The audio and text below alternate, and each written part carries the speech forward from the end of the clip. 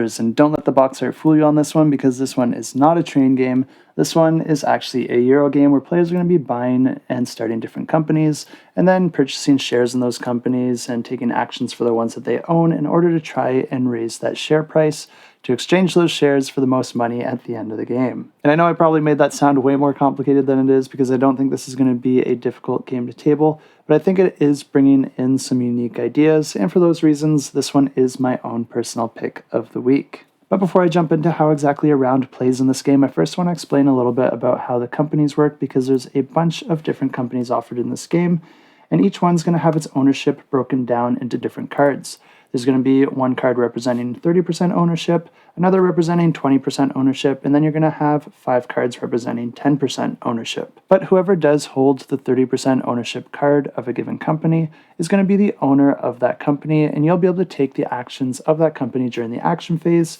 and each player does start with a company at the start of the game. And this is a game that plays over 5 different rounds where players are going to be buying and selling shares, both in existing companies as well as new startups. In order to start up a company, all you got to do is purchase that 30% share card, and you do get to choose what you want to pay for that card, but that's going to be essentially setting the starting value of that company, and it will be reflected in its share price. But to start a round, players are going to be placing out different building tiles, and players are always going to have 3 of these in their hand throughout the entirety of the game. Players start with 3, and then you're always going to be placing 1 every round, and then choosing 1 to discard and 1 to hang on to, and then drawing back up to 3 at the start of the next round. But whenever you place these tiles, you're going to be placing them on your specific track in the center of the board. And what's really neat about this, and one of the reasons that it is my own personal pick of the week, is that the tiles that the players choose to put out actually become the action locations that players can use throughout the remainder of the game. This means that it's the players who have control as to which actions become available. This means that players could choose to just put tiles that are only useful to themselves,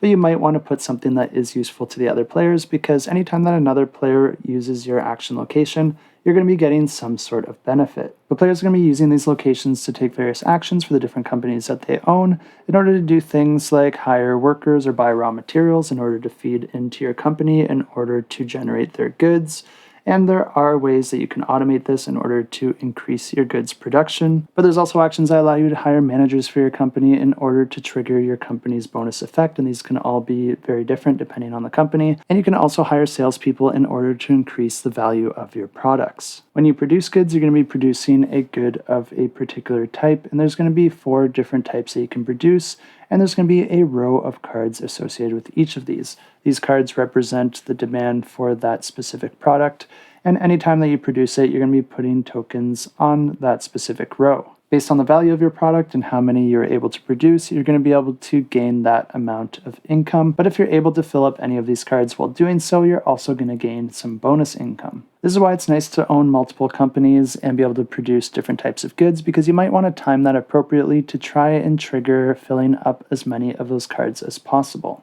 But like I said, whenever you do this, you're going to be gaining the amount of money from the goods sold, as well as any bonuses from filling those cards. Then this gives the owner of that company the option to either keep that money within the company or to pay it out to each of the shareholders. And of course, this is going to be paid out proportionally depending on how much ownership each of the players own in that company. And this is one of the reasons that players might want to buy shares in their opponent's company if they think that that company is going to be paying out a large sum of cash in the immediate future. But another thing that's really nice about choosing to pay out to your shareholders is that anytime that you do this, if you're able to pay out an amount that's higher than your current share price, then this is going to be increasing the value of your shares. You will be selling out of all your shares at the end of the game, and it is the player with the most money that wins, so trying to get your shares value as high as possible is a really important goal. But getting back to the actions, there are some companies that do have these squares located on them that indicate that you can place an asset tile on them.